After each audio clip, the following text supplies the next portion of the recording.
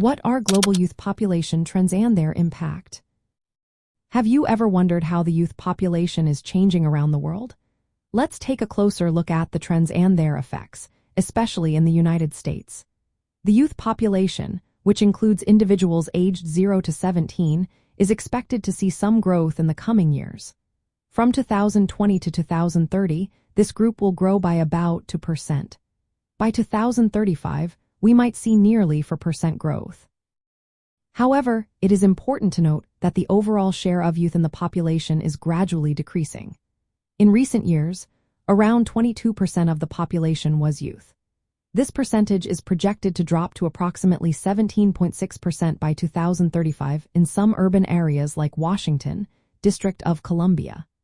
This trend reflects an aging population, with the median age rising to about 38.5 years by 2025.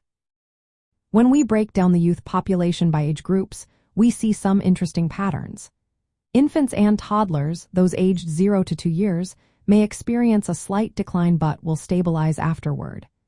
Elementary-aged children, aged 3 to 10 years, will see slight increases.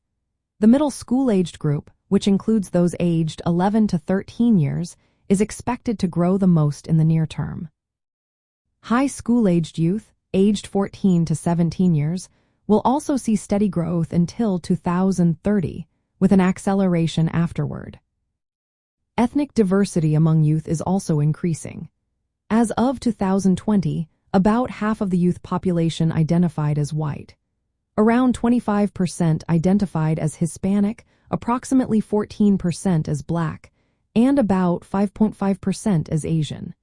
This diversity is shaping cultural, educational, and economic dynamics within communities.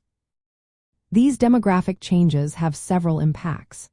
Education systems will need to adapt to the fluctuating numbers and diverse needs of youth across different age groups and ethnic backgrounds.